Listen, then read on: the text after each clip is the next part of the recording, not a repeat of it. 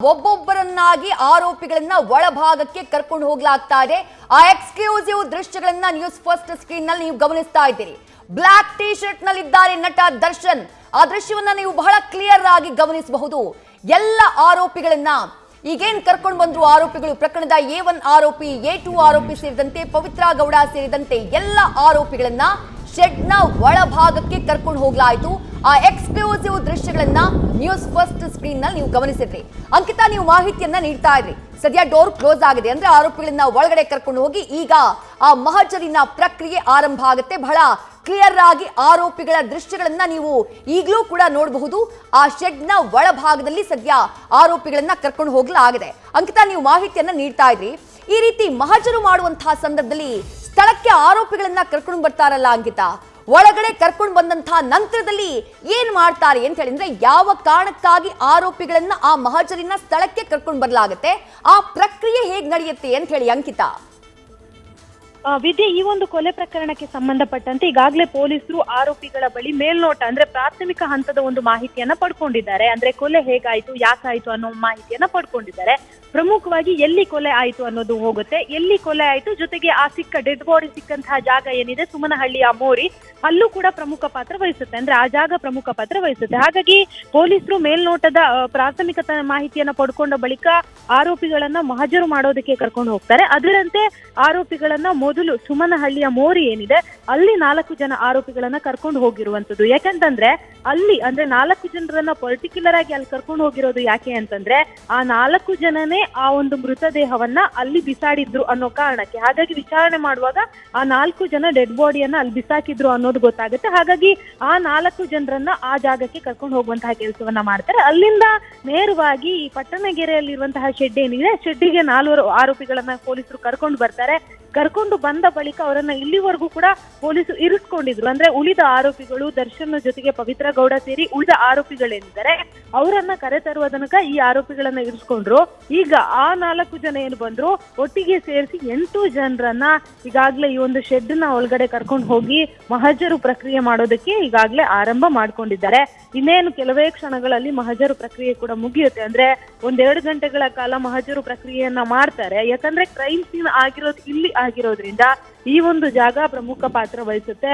ಇಲ್ಲಿ ಯಾವ ರೀತಿಯಾಗಿ ಕೊಲೆ ಆಯಿತು, ಜೊತೆಗೆ ಯಾರ್ಯಾರು ಈ ಒಂದು ಶೆಡ್ಗೆ ಮೊದಲು ಎಂಟ್ರಿ ಆಗಿದ್ರು, ರೇಣುಕಾ ಸ್ವಾಮಿಯನ್ನ ಕಿಡ್ನಾಪ್ ಮಾಡ್ಕೊಂಡು ಬಂದಿರೋರು ಯಾರು, ಕಿಡ್ನಾಪ್ ಮಾಡ್ಕೊಂಡು ಯಾವ ಕಾರಣದಲ್ಲಿ ಇಲ್ಲಿ ಎಂಟ್ರಿ ಆಗಿದ್ರು, ಅವೆಲ್ಲವೂ ಕೂಡ ತುಂಬಾ ಪ್ರಮುಖ ಪಾತ್ರ ವಹಿಸುತ್ತೆ.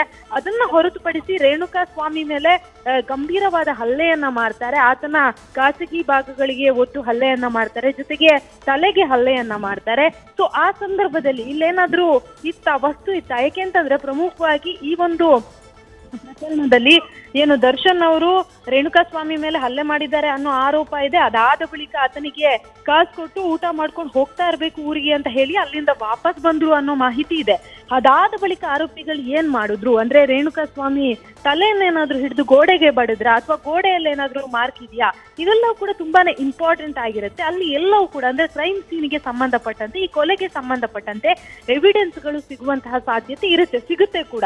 ಆ ನಿಟ್ಟಿನಲ್ಲಿ ಪೊಲೀಸರು ಪ್ರತಿ ಒಂದು ಇಂಚಿಂಚು ಪರಿಶೀಲನೆ ಮಾಡುವಂತಹ ಕೆಲಸವನ್ನ ಮಾಡ್ತಾರೆ. ಜೊತೆಗೆ ಆರೋಪಿಗಳಲ್ಲಿ ಕೇಳ್ತಾರೆ, ಅಂದ್ರೆ ಯಾವ ರೀತಿಯಾಗಿ ಮಾಡಿದ್ರಿ, ಎಷ್ಟೊತ್ತಿಗೆ ಬಂದ್ರಿ, ಇಲ್ಲಿ ಯಾರು ಮೊದಲು ಹಲ್ಲೆ ಮಾಡಿದ್ದು, ಎಲ್ಲಿ ಮಾಡಿದ್ದು, ಅವನೇನಾದ್ರೂ ಕೇಳ್ಕೊಂಡ ಬೇಡ್ಕೊಂಡ, ಇವೆಲ್ಲವೂ ಕೂಡ ಅಲ್ಲಿ ಗೊತ್ತಾಗುತ್ತೆ. ಆ ನಿಟ್ಟಿನಲ್ಲಿ ಮಹಜರು ಮಾಡುವಂತಹ ಪ್ರಕ್ರಿಯೆಯನ್ನ ಮಾಡ್ತಾರೆ. ಅಲ್ಲಿ ಅಂದ್ರೆ ಈಗಾಗಲೇ ರಾಡ್ ನಿಂದ ಹೊಡೆದಿದ್ದಾರೆ, ಕಟ್ಟಿಗೆ ಜೊತೆಗೆ ಇಟ್ಟಿಗೆ, ಹೀಗೆಲ್ಲ ಹೇಳ್ತಾ ಇದ್ದಾರೆ. ಅದಕ್ಕೆ ಸಂಬಂಧಪಟ್ಟಂತೆ ಏನಾದ್ರೂ ಇದೆಯಾ, ಅಲ್ಲಿ ರಾಡ್ ಇದೆಯಾ, ಬೆಲ್ಟ್ ಇದೆಯಾ, ಹೀಗೆ ಎಲ್ಲವನ್ನ ಕೂಡ ಅಲ್ಲಿ ಹುಡುಕುವಂತಹ ಕೆಲಸವನ್ನ ಮಾಡ್ತಾರೆ. ಅದೇನಾದ್ರೂ ಸಿಕ್ಕಿದ್ರೆ ಅದನ್ನ FSL ಗೆ ಕಳಿಸುವಂತಹ ಕೆಲಸವನ್ನು ಮಾಡ್ತಾರೆ. ಹಾಗಾಗಿ FSL ತಜ್ಞರು ಕೂಡ ಬಂದಿರುವಂತದ್ದು. ಸಣ್ಣದು ಅಂದ್ರೆ ಒಂದು ಕೂದಲು ಕೂಡ ಅಲ್ಲಿ ತುಂಬಾನೇ ಇಂಪಾರ್ಟೆಂಟ್ ಆಗಿರುತ್ತೆ. ಹಾಗಾಗಿ ಅವೆಲ್ಲವನ್ನ ಕೂಡ ಪಡ್ಕೊಂಡು ಅದನ್ನ ಒಂದು ರಿಪೋರ್ಟ್ಗಾಗಿ ಪೊಲೀಸರು ಕಾಯ್ತಾರೆ. ಅದಾದ ಬಳಿಕ ಆರೋಪಿಗಳನ್ನ ಯಾವಾಗ ಮತ್ತೆ ನ್ಯಾಯಾಧೀಶರ ಮುಂದೆ ಹಾಜರುಪಡಿಸ್ತಾರೋ ಆ ಸಂದರ್ಭದಲ್ಲಿ ಇವೆಲ್ಲವನ್ನ ಎವಿಡೆನ್ಸ್ಗಳಾಗಿ ಅವರು ನ್ಯಾಯಾಲಯಕ್ಕೆ ಸಲ್ಲಿಸುವಂತಹ ಕೆಲಸವನ್ನ ಮಾಡ್ತಾರೆ. ಈಗಾಗಲೇ ಆರೋಪಿಗಳು ಒಂದಷ್ಟು ವಿಚಾರವನ್ನ ಬಾಯಿ ಬಿಟ್ಟಿರುವಂತದ್ದು. ಆ ನಿಟ್ಟಿನಲ್ಲಿ ಅಂದ್ರೆ ಈ ಒಂದು ಪ್ರಕರಣದಲ್ಲಿ ದರ್ಶನ್ ಪಾತ್ರ ಏನು, ಪವಿತ್ರ ಗೌಡ ಇಲ್ಲಿ ಬಂದಾದ ಸಂದರ್ಭದಲ್ಲಿ ಏನೆಲ್ಲ ಆಯ್ತು, ಇವೆಲ್ಲವೂ ಕೂಡ ತುಂಬಾನೇ ಇಂಪಾರ್ಟೆಂಟ್ ಆಗಿರುತ್ತೆ. ಹಾಗಾಗಿ ಘಟನೆ ನಡೆದಂತಹ ಸಂದರ್ಭದಲ್ಲಿ ಏನೆಲ್ಲ ಆಯ್ತು ಅನ್ನೋದನ್ನ ಪ್ರತಿ ಒಂದು ಮಾಹಿತಿಯನ್ನ ಪಡ್ಕೊಂಡು ಅದಕ್ಕೆ ಬೇಕಾದಂತಹ ಎವಿಡೆನ್ಸ್ ಅನ್ನ ಕಲೆ ಹಾಕುವಂತಹ ಕೆಲಸವನ್ನ ಮಾಡ್ತಾರೆ. ಜೊತೆಗೆ ಸಿಸಿಟಿವಿ ಕೂಡ ತುಂಬಾನೇ ಅಂಕಿತಾ ಹಾಗೆ ಸಂಪರ್ಕದಲ್ಲಿ ಅಂಕಿತಾ ದೃಶ್ಯದಲ್ಲಿ ಗಮನಿಸ್ತಾ ಇದೀವಿ, ಮತ್ತೊಮ್ಮೆ ಗಮನಿಸ್ತಾ ಇದ್ದೀರಿ ನೀವು ಆರೋಪಿಗಳನ್ನ ಒಬ್ಬೊಬ್ಬರನ್ನಾಗಿ ಕರ್ಕೊಂಡು ಹೋಗ್ತಾ ಇರೋದು ಒಳಭಾಗಕ್ಕೆ. 10 ಹಲವು ಪೊಲೀಸರು ಸ್ಥಳದಲ್ಲಿದ್ದಾರೆ, ಭದ್ರತೆಯನ್ನ ಒದಗಿಸಲಾಗಿದೆ. ಪವಿತ್ರ ಗೌಡ ಅವರನ್ನು ಕೂಡ ನೀವು ಗಮನಿಸ್ತಾ ಇದ್ದೀರಿ. ಮುಂಭಾಗದಲ್ಲಿ ದರ್ಶನ್ ಅವರಿದ್ರೆ ಬ್ಲಾಕ್ ಟಿ ಶರ್ಟ್, ಅದರ ಹಿಂಭಾಗದಲ್ಲಿ ಬ್ಲಾಕ್ ಕಲರ್ ವೈಟ್ ಫ್ಲವರ್ಸ್ ಇದಾವೆ ಆ ಕುರ್ತಾದಲ್ಲಿ, ಸಲ್ವಾರ್ನಲ್ಲಿ ಅವ್ರು ಹಾಕಿರೋ ಸಲ್ವಾರ್ನಲ್ಲಿ.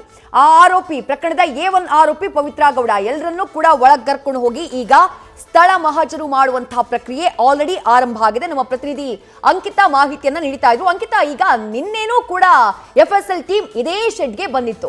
ಇಲ್ಲಿ ಬಂದು ಅವರು ಕೆಲ ಹೊತ್ತು ಇಲ್ಲಿ ಮಹಜರು ಮಾಡುವಂತಹ ಕೆಲಸವನ್ನ ಅಥವಾ ಇಲ್ಲಿ ತಪಾಸಣೆ ಮಾಡುವಂತಹ ಪರಿಶೀಲನೆ ಮಾಡುವಂತಹ ಕೆಲಸವನ್ನ ಮಾಡಿದ್ರು.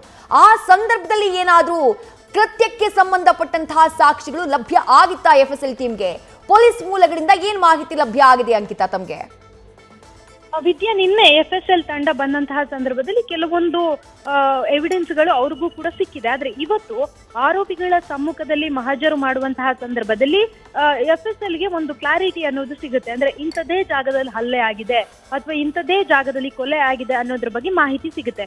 ಪರ್ಟಿಕ್ಯುಲರ್ ಆಗಿ ಅದೇ ಜಾಗದಲ್ಲಿ ಏನಾದ್ರೂ ಸಿಗುತ್ತಾ ಅಂತ ಹೇಳಿ FSL ಅವರು ಹುಡುಕಾಟವನ್ನ ಮಾಡ್ತಾರೆ. ಯಾಕೆಂತಂದ್ರೆ ಒಂದು ಚಿಕ್ಕ ಚಿಕ್ಕ ವಸ್ತುಗಳು ಕೂಡ ಅಲ್ಲಿ ತುಂಬಾನೇ ಇಂಪಾರ್ಟೆಂಟ್ ಆಗಿರುತ್ತೆ. ಯಾಕೆಂದ್ರೆ ಈಗಾಗಲೇ ಆರೋಪಿಗಳು ಕೊಟ್ಟಿರುವಂತಹ ಹೇಳಿಕೆ ಆಗಿರ್ಬೋದು, ಜೊತೆಗೆ ರಿಪೋರ್ಟ್, ಮೆಡಿಕಲ್ ರಿಪೋರ್ಟರ್ ಆಗಿರ್ಬೋದು, ಈಗ ಯಾವ ರೀತಿಯಾಗಿ ರೇಣುಕಾಸ್ವಾಮಿ ಮೈ ಮೇಲೆ ಹಲ್ಲೆ ಆಗಿತ್ತು, ಜೊತೆಗೆ ಯಾವ ಭಾಗಗಳಿಗೆ ಏಟು ಬಿದ್ದಿತ್ತು, ಆ ಏಟು ಬಿದ್ದಂತಹ ಜಾಗಗಳಿಗೆ ಯಾವುದರಿಂದ ಹೊಡೆದಿರ್ಬೋದು, ಪರ್ಟಿಕ್ಯುಲರ್ ಆಗಿ ಎಲ್ಲೆಲ್ಲಿ ರಕ್ತ ಹೆಪ್ಪುಗಟ್ಟಿತ್ತು, ಇವೆಲ್ಲ ರಿಪೋರ್ಟ್ ಪೊಲೀಸರ ಕೈಗೆ ಸಿಕ್ಕಿದೆ. ಹಾಗಾಗಿ ಪೊಲೀಸರಿಗೂ ಕೂಡ ಪರ್ಟಿಕ್ಯುಲರ್ ಆಗಿ ಇದೇ ಜಾಗದಲ್ಲಿ ಗಾಯ ಆಗಿದೆ, ಇಲ್ಲೇ ಹೆಪ್ಪುಗಟ್ಟಿದೆ ರಕ್ತ, ಇಲ್ಲೇ ರಕ್ತ ಸೋರಿಕೆ ಆಗಿದೆ ಅನ್ನೋದು ಕನ್ಫರ್ಮ್ ಆಗಿತ್ತು.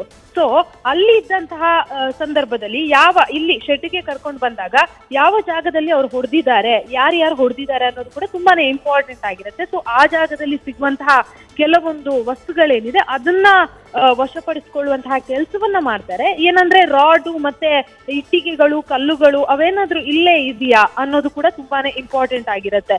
ಕೊಲೆ ಮಾಡ್ಬೇಕು ಅಂತ ಹೇಳಿ ರೇಣುಕಾಸ್ವಾಮಿಯನ್ನ ಕರೆಸ್ಕೊಂಡಿರೋದಲ್ಲ, ಜಸ್ಟ್ ಆತನಿಗೆ ವಾರ್ನಿಂಗ್ ಮಾಡಿ 2 ಕೊಟ್ಟು ಆಮೇಲೆ ಬಿಟ್ಬಿಡೋಣ ಅಂತ ಹೇಳಿ ಅವರು ಪ್ಲಾನ್ ಅನ್ನ ಮಾಡ್ಕೊಂಡಿರ್ತಾರೆ. ಆದ್ರೆ ಆ ಪ್ಲಾನ್ ಎಲ್ಲವೂ ಕೂಡ ಉಲ್ಟಾ ಆಗಿರುತ್ತೆ. ಸೊ ಆ ನಿಟ್ಟಿನಲ್ಲಿ ಈಗ ಈ ಜಾಗಕ್ಕೆ ಬಂದು ಶೆಡ್ ನಲ್ಲಿ ಎಲ್ಲಾ ರೀತಿಯ ಮಹಜರನ್ನ ಮಾಡಿ ಇಲ್ಲಿ ಸಿಕ್ಕಿರುವಂತಹ ವಸ್ತುಗಳೇನಿದೆ ಅವುಗಳನ್ನ ಎವಿಡೆನ್ಸ್ ಆಗಿ ಪರಿಗಣಿಸ್ತಾರೆ. ವಿದ್ಯಾ, ಥ್ಯಾಂಕ್ ಯು ಅಂಕಿತಾ ತಮ್ಮೆಲ್ಲ ಡೀಟೇಲ್ಸ್ಗೆ.